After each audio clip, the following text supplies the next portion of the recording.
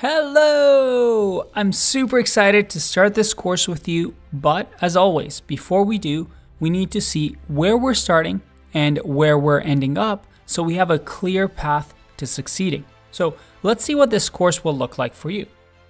We're first going to start off with creating our hacking lab.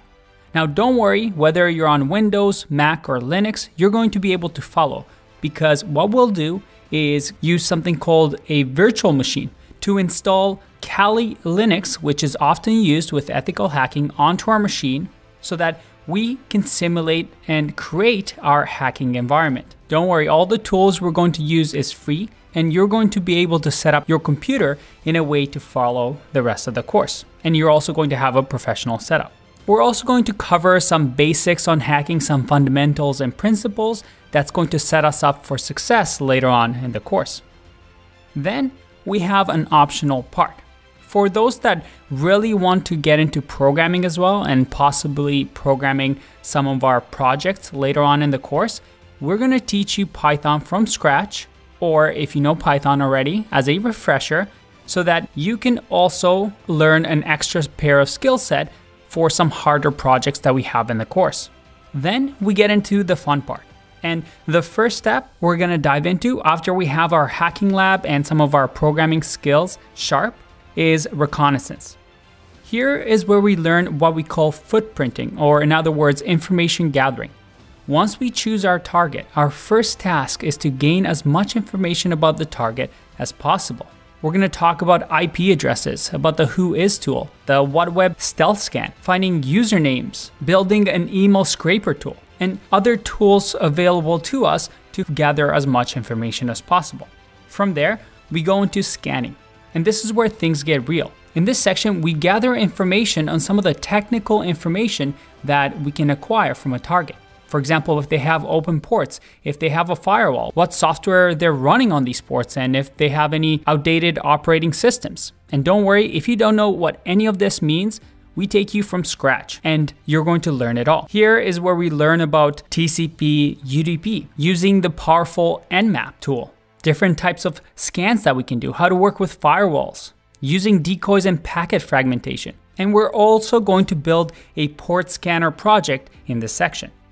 From there, we go into vulnerability analysis. In this section, we use the information that we gathered from the previous sections, and with this information, we try to determine whether there is a known vulnerability that we can take advantage of. We're going to use different sorts of tools to learn about our target system and where their weaknesses are. We're actually going to work on a Windows 7 machine that has a vulnerability and show how we can break into it and how we can use that to our advantage. Then, well, this is the exciting part. This is the big part of the course.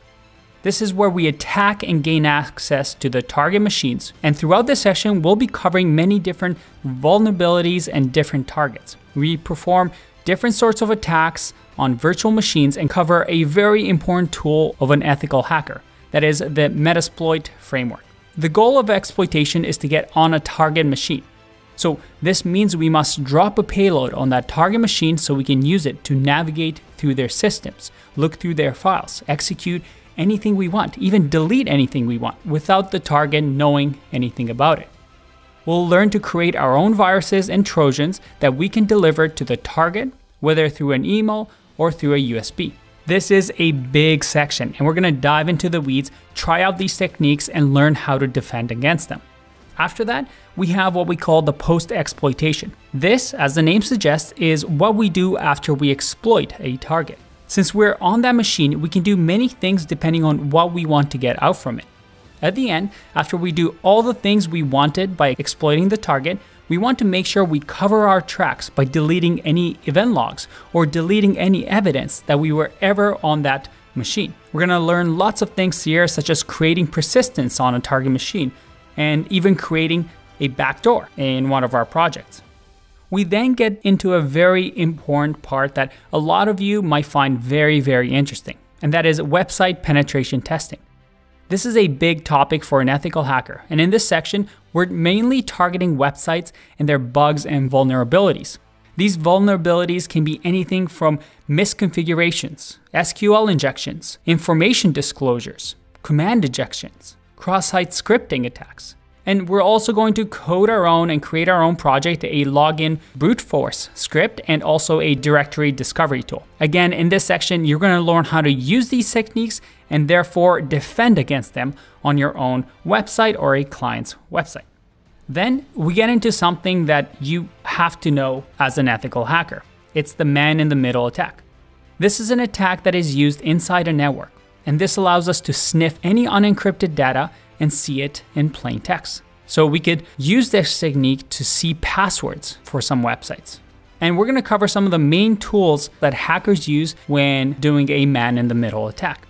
We then have a bonus section on Wi-Fi and wireless cracking. This is the section where we want to gain access to a network by cracking its wireless password. And we're going to talk about things like AirCrack password cracking and Hashcat password cracking, and show you how you might use this and how attackers might use this on your wireless network. Now, we got lots to cover, but I also want to talk about the best part right here.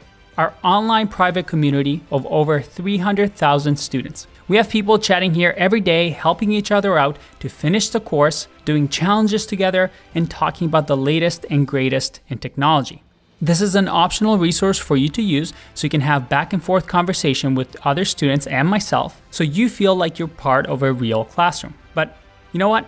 Enough talk. I know you're getting excited. I am too. So let's get started and let's learn ethical hacking.